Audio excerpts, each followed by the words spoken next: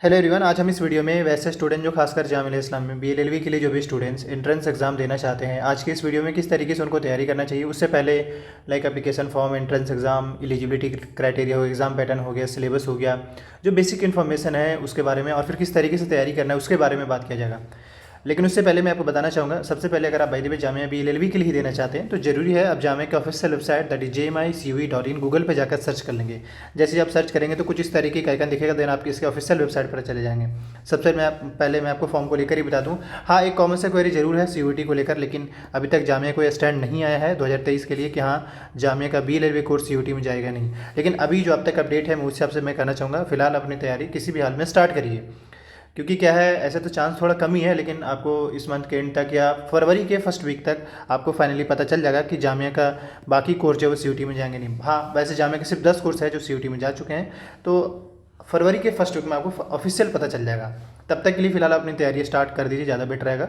वरना कहीं ना कहीं अल्टीमेटली आप बाकी स्टूडेंट से पीछे हो रहे होंगे या होंगे। क्योंकि क्या है, जामिया का जो बीएलएलबी है उसके कट ऑफ भी अच्छे रहते हैं, हाई रहते हैं, और दूसरा ये कि पेपर का लेवल मेन मैटर करता है। तो उसके अकॉर्डिंग आपको तैयारी तो अब स्टार्ट कर देना चाहिए। कुछ कुछ सब टॉपिक है जो आप लेकर चल सकते हैं। सबसे पहले थोड़ा मैं आपको फॉर्म को लेकर बता दूं, अभी आपका फॉर्म नहीं आया है, लेकिन अगर आपका जामिया एंट्रेंस कंडक्ट कराती है तो होपफुली जामिया का फॉर्म मार्च के मंथ में आएगा, और एंट्रेंस एग्जाम जो होगा एंड ऑफ मई के आसपास में या मिड मई के आसपास में आपके एग्जाम्स हो सकते हैं, होंगे। नॉर्मली जामिया का टाइमिंग यही होता है। अगर आप ये एक्सपेक्ट कर रहे हैं कि आपका एंट्रेंस जुलाई अगस्त में हो तो आप गलत हैं, आप मई का टारगेट लेकर चले मैक्सिमम।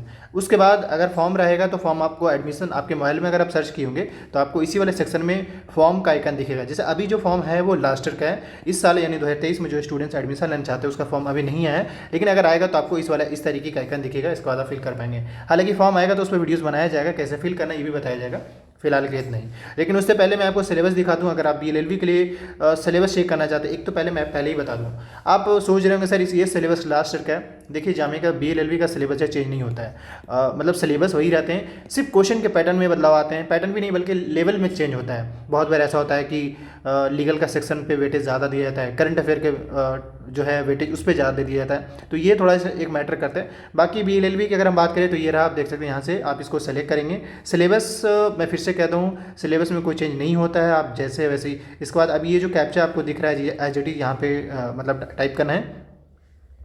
तो जैसे ही जो आप कैप्चा यहाँ पे टाइप करेंगे और टाइप करने के बाद आपको सिंपली सर्च बार पे क्लिक करना है। यहाँ पे जैसे जब क्लिक करेंगे देखिए B26 के नाम से आपका पेपर है। दूसरा ये भी, जिस भी स्टूडेंट्स को क्वेश्चन पेपर चाहिए होगा, वीडियो के डिस्क्रिप्शन बॉक्स में इंस्टाग्राम का लिंक है, मुझे मैसेज करके आप एक्सेस कर सकते हैं लास्ट 4 to 5 ईयर का पेपर। चलिए, अब इसके बाद कुछ इस तरीके का आइकन दिखेगा। देख सकते हैं आपका पेपर पहले देखिए क्या क्या पूछा जाता है। एक तो लीगल का जो सेक्शन है जो कि legal language English including comprehension 30 marks का होगा। करंट अफेयर से 30 मार्क्स के क्वेश्चन पूछे जाते हैं। लीगल एप्टीट्यूड और लीगल रीजनिंग से 40 मार्क्स का, अगेन 40 मार्क्स का जनरल स्टडी यानी जीएस का पार्ट हो गया 40 मार्क्स का, और एलिमेंट्री मैथमेटिक्स से 10 मार्क्स का पूरी, मतलब मैथ्स का वेटेज बहुत कम रखा जाता है, हालांकि सही भी है कुछ हद तक। चलिए, अब टोटल देखा जाए तो 150 का पेपर होता है, और इसमें कट ऑफ जो है नॉर्मली कुछ भी नहीं तो 70 से 90 के बीच में कट ऑफ जा रहे होते हैं। कभी कभी ऐसा होता है 90 प्लस भी चले जाते हैं, डिपेंड्स ऑन क्वेश्चन का लेवल। बट लास्ट ईयर का जो कट ऑफ है वो अराउंड 80 के आसपास रहे हैं। तो आने वाले टाइम में यही होता है कि पेपर का लेवल मैटर करता है। पेपर का लेवल ईजी रहा तो कट ऑफ हाई रहेंगे, अगर नॉर्मल रहा तो आपको, हालांकि यहाँ पे बीएलएलबी कोर्स है, यानी कि 3 ईयर नहीं बल्कि 5 ईयर कोर्स है, जिसमें आपको बैचलर के साथ साथ ग्रेजुएशन का दोनों का डिग्री मिलता है।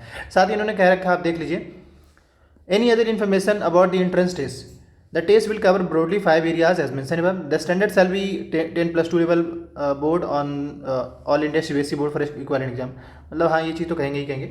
अब देखिए, आपको एक चीज़ लगेगी कि सर यहाँ तो इन्होंने डायरेक्ट टॉपिक बता दिया है, तो अब तैयारी कैसे करेंगे। हालांकि अभी बाकी डिटेल मुझे बताना बाकी है। देखिए, बड़ा सिंपल है। पहले क्या करिए, 4 to 5 ईयर का पेपर बहुत अच्छे से, बहुत ढंग से एकदम उसको एनालिसिस करिए, प्रैक्टिस करिए क्या है, किस तरीके का लेवल है। उसके बाद आप तैयारी करेंगे तो आप एटलीस्ट देखिए, अब क्योंकि क्या है, अब 150 का पेपर है तो आप 150 तो सोल्व करेंगे नहीं। अगर आप 100 के आसपास, 90 के आसपास स्कोर कर देते हैं, 90 प्लस अगर सही लगा देते हैं तो आराम से आपका सिलेक्शन तय है, फिक्स है।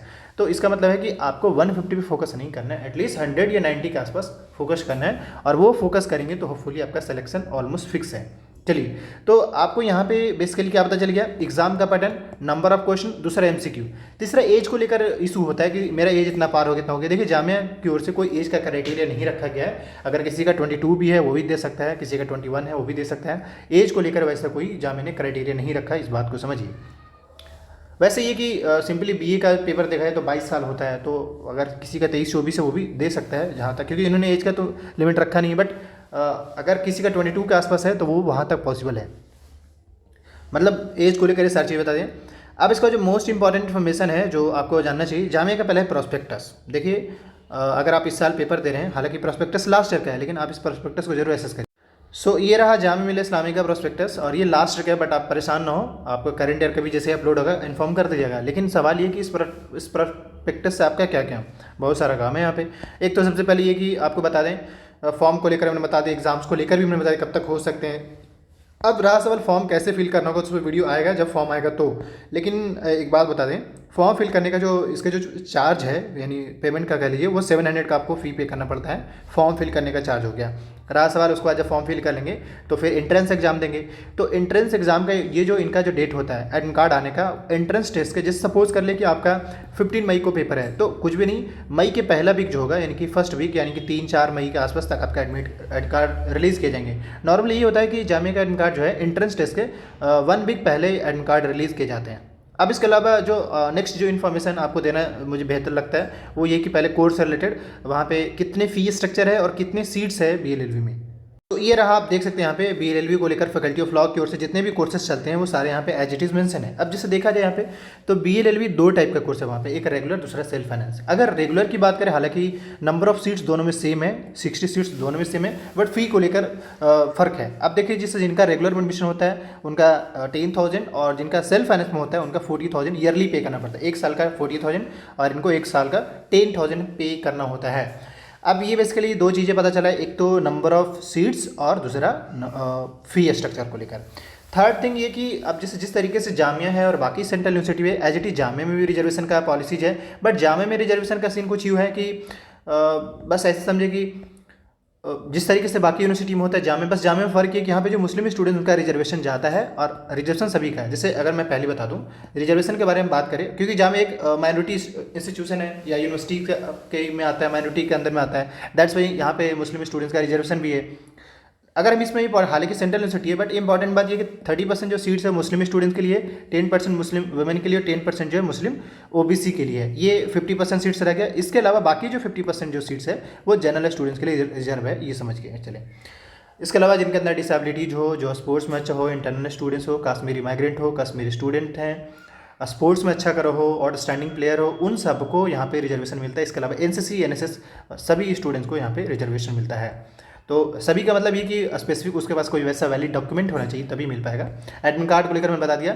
एक कॉमन सा क्वेरी होगा, सर टेस्ट कहाँ कंडक्ट कराया जाता है इसके, तो इनका जो टेस्ट है वो दिल्ली में ही कराया जाता है, वो भी जामिया में ही मोस्ट प्रोबेबल, बट 80% 90% मान के चलिए आपका जामिया में ही, कोई इसका होम सेंटर नहीं हो दिया जाता है कि लाइक कोई बिहार से हो तो उसका ये पटना, या कोई यूपी से हो तो अलीगढ़ या कहीं और भी इलाके में, वहाँ इनको सेंटर नहीं, अपना सेंटर नहीं देते हैं। बाकी एक बात और ऐड कर दें, आपका एंट्रेंस होगा, एमसीक्यू रहेगा, कोई थ्योरी वाला सीन नहीं है, एमसीक्यू सोल्व करिए, जितना मार्क्स है उसी के हिसाब से। और एक कॉमन सा क्वेरी और भी होता है इसमें एलिजिबिलिटी क्राइटेरिया को लेकर। तो अब मैं आपको सिंपली एलिजिबिलिटी क्राइटेरिया के बारे में ही बता देना चाहूँगा। देखिए बीएलएलबी सेल्फ फाइनेंस हो या रेगुलर हो, मतलब यही कि सर्टिफिकेट का वैल्यू, सर्टिफिकेट में कोई चेंज नहीं रहता, सर्टिफिकेट वही रहता है। क्लासेस में टाइमिंग अलग अलग होते हैं, जो रेगुलर हो तो उनका क्लास मॉर्निंग में चलता है और जो सेल्फ फाइनेंस होता है उसका इवनिंग में क्लास चलता है। यहाँ पे देख लीजिए। खैर अगर हम इसके एलिजिबिलिटी क्राइटेरिया की बात करें तो देख लीजिए, एटलीस्ट आपका 50% होना चाहिए और आपका कोई भी साइंस मतलब साइंस से हो या ह्यूमैनिटीज़ से हो या कॉमर्स बैकग्राउंड से, बैकग्राउंड कुछ भी हो सकता है आपका। लेकिन हाँ, यहाँ पे कुछ रखा है इन्होंने, जैसे 10+2 इक्विवेलेंट और discipline not less than 50% 50% overall 12th में होना चाहिए in course subject and English language put together. और एटलीस्ट आपका इंग्लिश एक कोर्स, मतलब इंग्लिश एक सब्जेक्ट आपका होना ही चाहिए, तभी आपको बीएलएलबी में एडमिशन मिल पाएगा आफ्टर क्लियरिंग एंट्रेंस एग्जाम। तो ये चीज़ है। बाकी अब सवाल है कि हम तैयारी किस तरीके से करें। तो देखिए, हम 2-3 बात ही सिर्फ करना चाहें, जो कोई भी हमसे पूछता है हम सिंपली यही बताते हैं और उसमें काफ़ी सारे स्टूडेंट सेलेक्ट भी हुए हैं। बड़ा सिंपल है। सबसे पहले सिलेबस आपको पता चली गया, आप सिलेबस को मैंने आपको दिखा दिया। दूसरा, आप 5 साल का पेपर, 5-6 साल का पेपर सब ऐसे कर ले, बहुत है। क्वेश्चन पेपर के लिए मैंने बता दिया, वीडियो का डिस्क्रिप्शन बॉक्स में टेलीग्राम, वहाँ से या आप इंस्टाग्राम पे मैसेज करके ले सकते हैं। उसके बाद सबसे पहले क्या करिए, एनालिसिस कर लीजिए, आइडिया लीजिए कि पूछ क्या रहा है। जितनी ही बार पेपर पढ़ेंगे उसी हिसाब से आपको आइडिया लग जाएगा। बाकी जैसे देखिए, आजकल कुछ गाइड वगैरह भी आते हैं, गाइड को फॉलो कर सकते हैं। करंट अफेयर पे अच्छे से पकड़ बनाना पड़ेगा। रीजनिंग हो गया आपका, लीगल का और लीगल एप्टीट्यूड का, वो सारा आपको अच्छे से पकड़ उस पर बनाना पड़ेगा।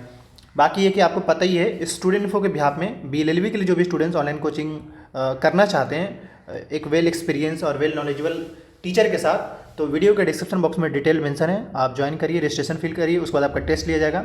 उसके बाद एक नॉमिनल चार्ज, आजकल फ़ी को लेकर भी बहुत सारे स्टूडेंट कन्फ्यूज होते हैं कि फ़ी इतना कैसे पे करें, तो एक नॉमिनल चार्ज पे आपको तैयारी कराया जाएगा, लेकिन अच्छे से कराया जाएगा ताकि आप जामिया का BLLB कोर्स का पार्ट बन सके। बाकी इससे रिलेटेड कोई भी क्वेरी होगा, वीडियो का डिस्क्रिप्शन बॉक्स में डिटेल है, आप पूछ सकते हैं। Thank you.